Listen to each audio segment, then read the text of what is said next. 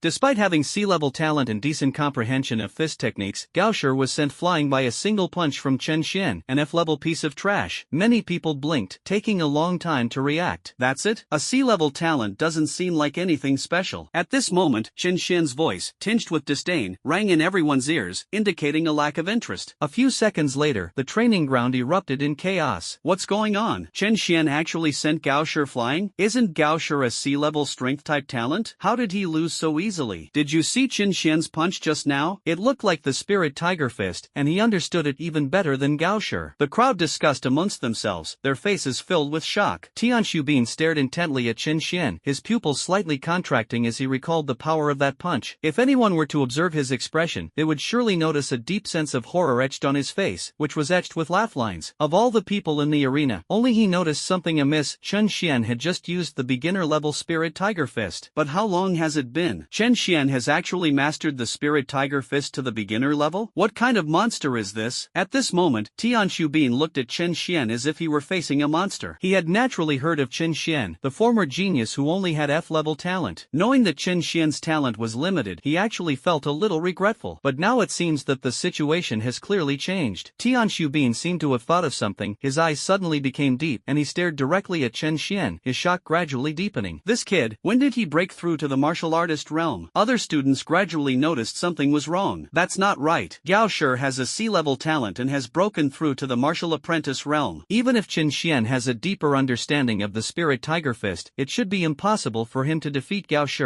Could it be that Qin Xian's cultivation has also broken through to the martial apprentice realm, or even the martial warrior realm? Everyone speculated, and their gazes toward Qin Xian became complicated. When they first learned that Qin Xian only had F-level talent, many people looked down on him, thinking that this former genius was about to decline. But everything that has happened now has been a slap in the face to them. For a moment, many people were unable to accept reality and stood there in a daze. In the crowd, Zhao Lingwei blinked her beautiful eyes, her face full of disbelief. Even she didn't expect Gao Shi to lose, and to lose so easily. As she pondered these thoughts, Zhao Lingwei's gaze towards Qin Xian deepened, as if she wanted to see through this man completely. At that moment, she finally realized that the boy who had defeated her in the theory class was far more complex than he appeared. At this moment, Gao Shi finally managed to get up from the ground with great difficulty. He covered his head, his face full of embarrassment and shock, seemingly unable to accept that he would lose to a useless person with an F-level talent. How can you, a mere F rank, have mastered the basics of boxing so quickly? Gao Shi simply couldn't believe that Qin Xian, this F-rank trash, could possibly surpass him in cultivation and talent. The only possible reason why Qin Xian was able to win is that he may have already mastered the basics of boxing. But how could that be? No, Qin Xian's Spirit Tiger Fist has indeed reached the entry level. These words, unsurprisingly, came from Tian Xubin. His words immediately caused an uproar in the audience. Although everyone was somewhat prepared, when teacher Tian Xubin confirmed it in person, many people's eyes widened in shock. Isn't Qin Xian a level F talent? How could someone have mastered the basics of boxing so quickly? Even Gao Shi is far from reaching that level. You